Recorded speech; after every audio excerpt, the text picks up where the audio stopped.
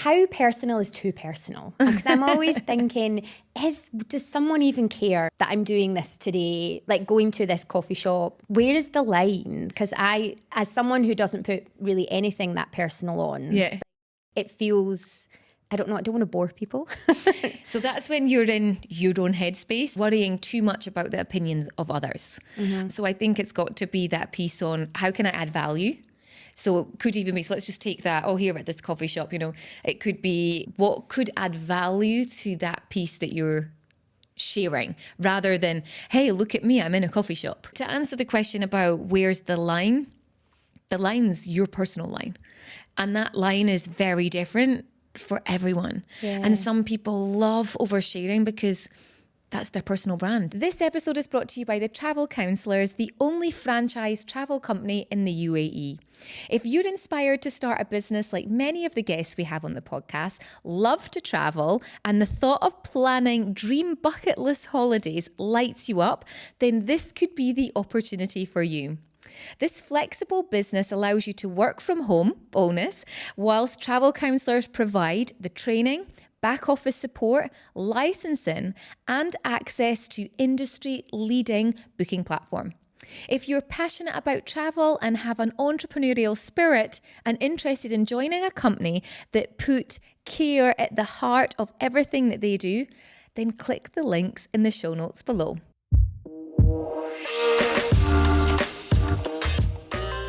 Welcome to the show, Pamela. It's great to have you on the Kelly Lindberg podcast. Hi, lovely to meet you. Would you like to tell everyone a little bit about who you are and what it is that you do? So I am Pamela Glazier. I am a travel counsellor. I recently started my journey as a travel counsellor. So prior to that, I historically worked in travel and marketing. Then I took a break to have my 2 boys and then wanted to return back to work and needed to find something that would fit in with my life and, having 2 young kids. So I found Travel Counsellors, and it kind of includes my passion for travel and the flexible working that I need. So what is the Travel Counsellors? It's a travel business, but you're a franchisee of that. Is that how it works? Yes. So Travel Counsellors is a really large company based in a number of different countries around the world. And within the UAE, I am a franchisee, but I still have the support of our head office, marketing support, admin support. So you feel part of the company, but you are your own business. So you can, show up all night if you want to work, or you can do a couple of hours during the day while the kids are at school. Yeah, totally Very flexible. good. So I can make my hours around the kids and I get to sell holidays to people. That must be like the best job in the world. I love it. I mean, I've always been the person in my family that plans everyone's holidays. When my mum and dad wanted like their 25th wedding anniversary holiday, I planned their holiday to Hawaii. And, if anyone wants to go on holiday, they come to me. So it's just like, what it's like made for I love you. to do. I feel like it's just fun for me. And what was the support like going into work with the Travel Counsellor? Did they give you training, or is all that knowledge got to come from you and your holidays? You don't need a history in the travel industry. I do have that, so it's helped me, but you get full support and full training from the company as part of your induction. Brilliant. And then obviously coming into a new company, there are systems and processes and things that you get full training on, and they're always there. I feel like a training program over a few weeks is never going to give you everything you need. Just like when you go to school, like you learn stuff, but it's not practical. So then afterwards, when you have all these questions and things, they're always there like to help. And if you've got questions, you get great support from them. It's good to have the support. So what have been some of your challenges, or have you got a question that you're thinking, right, okay, now I'm in business myself with the support of the Travel Counsellors. What would you like to know, or how can I help you? Well, I feel like time management as someone returning back to work as well is juggling like all these different things can be quite difficult. And then as someone who is running your own business, you wear every hat. You are the new business person, you are the salesperson, you are the marketing person, you are the customer service person. So, and I always feel like one of the things that slides for me is social media. Ooh, I don't think you're alone there. No. And I think because everything else seems urgent, and social media is one of these things that you really want to do, but like it's never the thing that feels the most important at the time. How I feel would like to know, like, how is best to manage and plan, and do it in an effective way. Because sometimes I feel like it can take me hours to just figure out what I'm writing for a post, write the caption. If it's a reel, then my head is blown. And I mean, and I'm social media savvy, but not exceptionally so. Like, you know, from my background, I kind of am. So lots of things there. And I think it's a really valid question, because I think it's something that a lot of people don't prioritize. One, for a time perspective, maybe they don't love it or don't know how to do it. Because I think when things are challenging, they take longer, so we don't prioritize them. And I think the one thing that I always say to clients is that people don't prioritize that, but in actual fact, the mindset piece around social media. So actually, it's an advertising tool. You know, if you didn't do your accounts, you know, business wouldn't be business. And you prioritize that, but also you need clients. So by changing the mindset of going, oh, it's social media, but actually going, I get this opportunity to talk about amazing travel destinations. And when we reposition actually the purpose of us doing it, it's a numbers game in business. The more people that hear about you, the more people that see what it is that you can do, how you can simplify their holiday, is going to make more inquiries come in.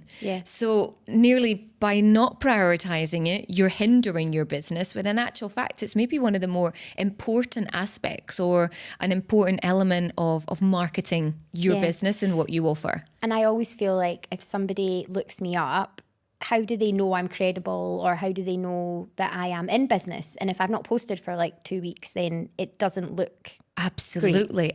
So I think there's a big piece on the positioning of social media and where that comes in for you.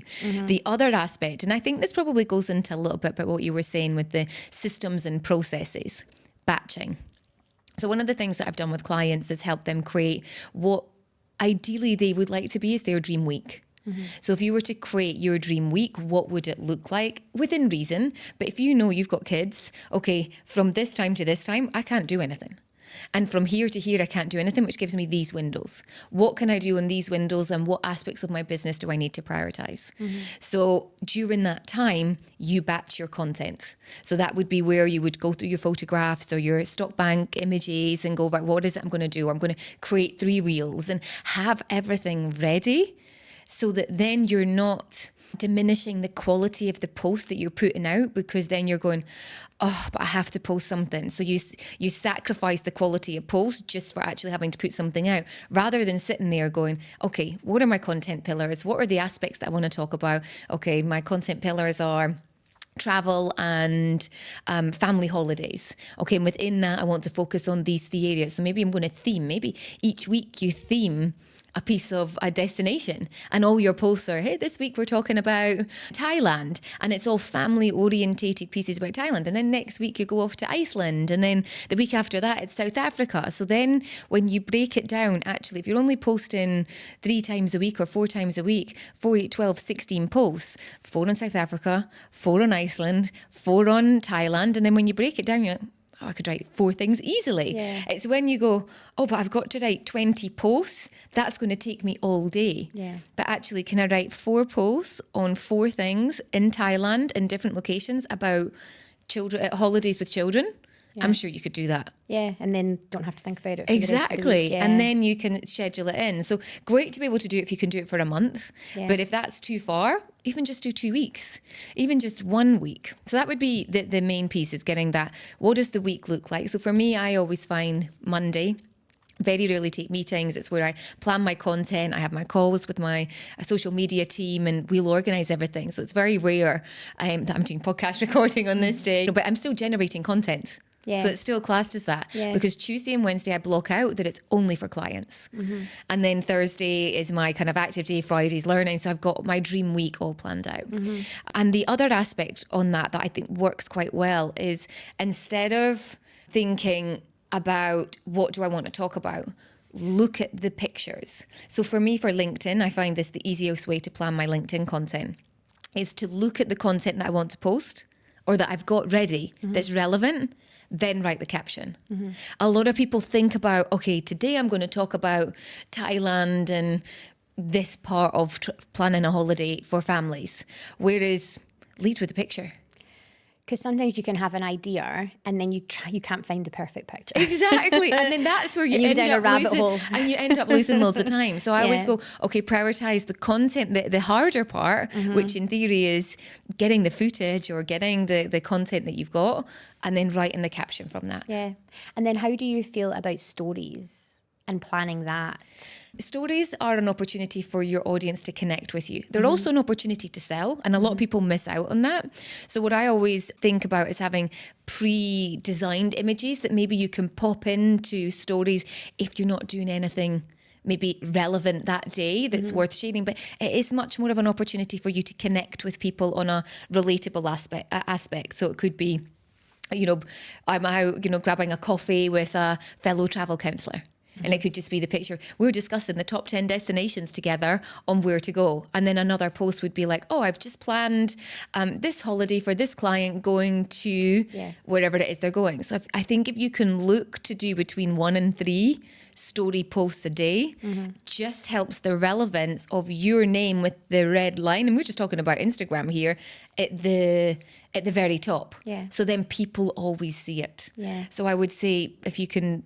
It's not something necessarily you need to plan, but you just need to think about what is it that you're doing during the day that's kind of relatable, and people are like, oh yeah, I love that coffee shop too. Yeah. Or, here in the podcast, this is something new for me. You've got some content to generate for today, but then there'll be something else, running to the school run and having to change your shoes and doing whatever because you're wearing multiple hats. Yeah. So I would say that it's a big piece, but that's just Instagram, and there's LinkedIn, and I think that's a huge space for prioritizing content in what you're doing, but having it planned out, it's so much easier than relative real time for now. So does that help? Yes. What's one thing you're going to think about actioning from that then?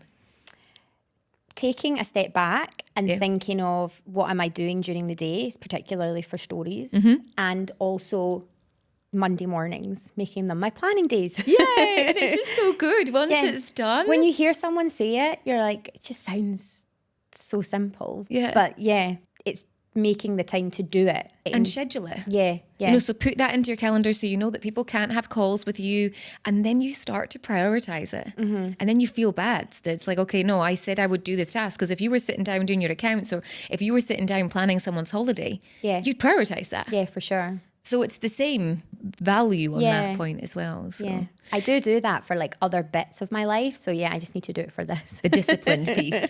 Did you have another question? Yes, for personal branding. Yeah. Probably follows on from the stories. How personal is too personal? Because I'm always thinking, does someone even care like that I'm doing this today, like going to this coffee shop, or, like, where is the line? Because as someone who doesn't put really anything that personal on, like it feels, I don't want to bore people. So that's when you're in your own headspace, worrying too much about the opinions of others. So I think it's got to be that piece on how can I add value? So it could even be, so let's just take that, here at this coffee shop, it could be what could add value to that piece that you're sharing, rather than, hey, look at me, I'm in a coffee shop. Yeah. It could be tried out their pumpkin latte speciality if it's that time of year.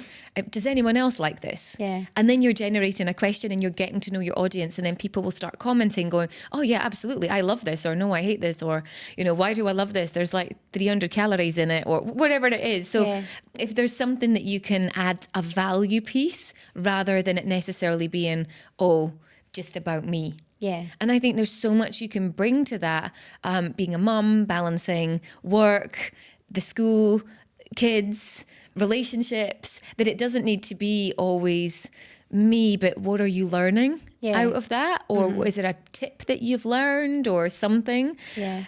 But to answer the question about where's the line's your personal line. And that line is very different for everyone. Yeah. And some people love oversharing because that's their personal brand and they don't care. Yeah. And they've got no filter. And then there's other people that go, do you know what, 1, 2, 3 stories is enough today? And it just gives that little snippet into, oh, wow, okay, that's someone that I'd like to get to know a little bit better. Yeah. Now my fiance lives out here, and he always says when people meet him in person, they always go, oh, I didn't know you sounded like that, because no one's ever heard him speak. So there's always been pictures. Yeah. So there's that disconnect, but it's not his social media, it's mine. Yeah. So just having that little bit of, oh, wow, okay, relatability into that, people buy from people. And I suppose starting, you find your line. Like, by starting to do it, then I can slowly Absolutely. figure out You've got like, to where try you're comfortable. and where the comments are. So I post my outfit of the day. Now that I never did that. But what happened was when we lived in a long distance relationship, my fiance always said, oh, send me a picture of what you're up to or where you're going or your outfit today as a piece for us to be in contact. Yeah. And then from that I was like, oh, I'll just pop that on stories. Yeah. And then people go, oh, I like that. That was a great thing I could wear for work, or gave me an idea for that. And that's become part of my story content going forward. But then the gym's part of that. And then some days I don't do very much, and then I'll have to find something in my bank that's relevant. So the other day there wasn't anything that I had done out during the day. I'd been on calls for 6 hours.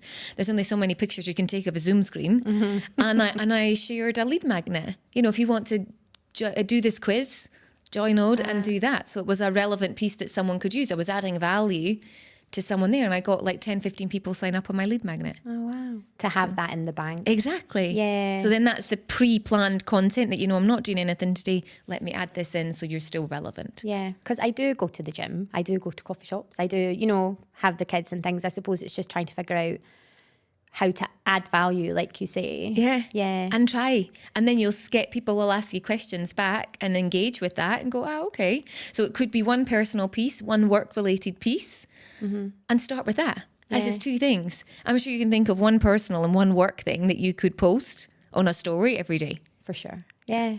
So then when we simplify it, instead of going, oh my God, I have to do stories all week, if I can just do 2 today. And the other thing is you could do them at the end of the day. So you could take pictures throughout your day, but at the end of the night, once the kids are in bed, you sit down and go, okay, today went to the gym, caught up with so-and-so, was on this podcast. Yeah.